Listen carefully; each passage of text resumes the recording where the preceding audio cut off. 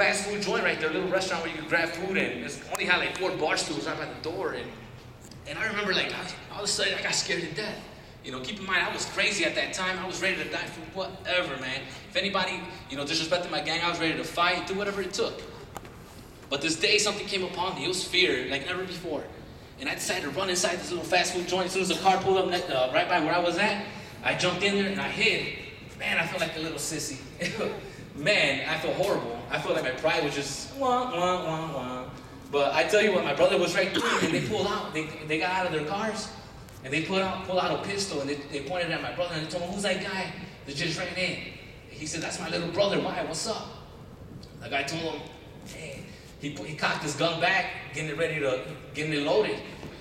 And they're thinking about going in there, but they know that place has cameras, so they're like, "Man," and they took off. Most of the times, this place is closed on Sundays, like most places over there, and this day it was just open.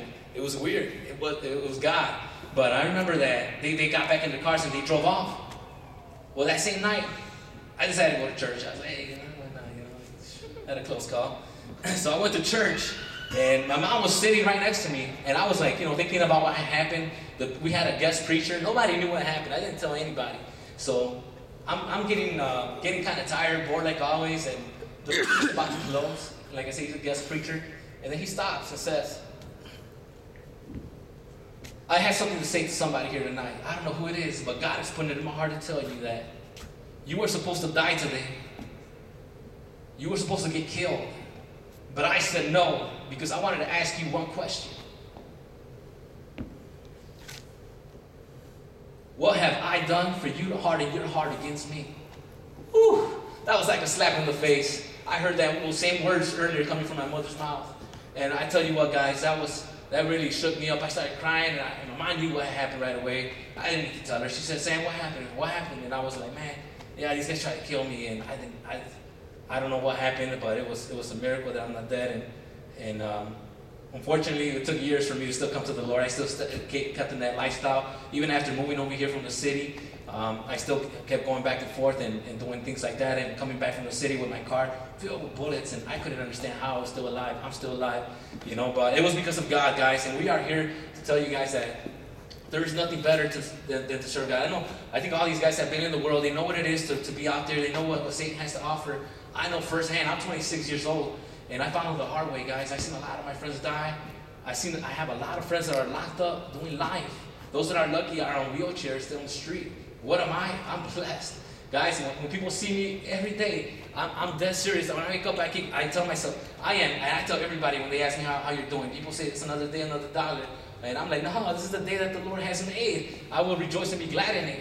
And I am too blessed to be stressed, too free to be oppressed, and too anointed to be disappointed. And that is the truth, guys. When you serve God and you give God your youth, I'm telling you, man, God can use you in ways that you cannot imagine, guys. Church is not just a place to come in and be bored or whatever. It's just a place to come worship, receive from what God has for you. I encourage you guys to get into the worship. The Word of God says when your praises go up, blessings come down, guys. And God has good things in store for each and every one of you. I guarantee you and I assure you that your best days aren't behind you, but they are ahead of you, guys. And I encourage you guys to stay focused. Seek the Lord with all your hearts. I said to the Lord 5 years ago, I just said one simple prayer. God, I'm sick and tired of this lifestyle, and I want to give you a shot. If you could change me, Lord, I will serve you. That same night, since that night, I never been the same again. The weekend prior to that, I was out clubbing, drinking, smoking weed, all those things, and you know what? It didn't do it for me. Jesus has done it for me, and I recommend Jesus to you guys. God bless you. Awesome. Thank you, Sam. That's great stuff. Hey, couple things here. Do you guys mind doing Praise All Night one more time to wrap? Okay, we're gonna wrap up with that song. That'll be good. Hey, a few things. I just want to say to you guys, I love what Sam just shared there. I think that's great. Is who you hang with is who you become.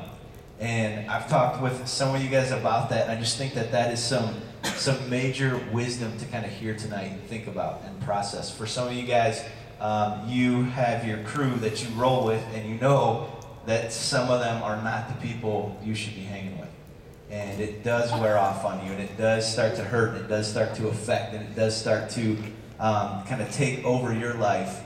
And so I just want to encourage you guys tonight to kind of think through that too. Think through who are the people in your life that are really, really pouring into you. We have been blessed here to have a great group and to have you guys really pouring into each other and loving on each other and caring about each other in a very real way.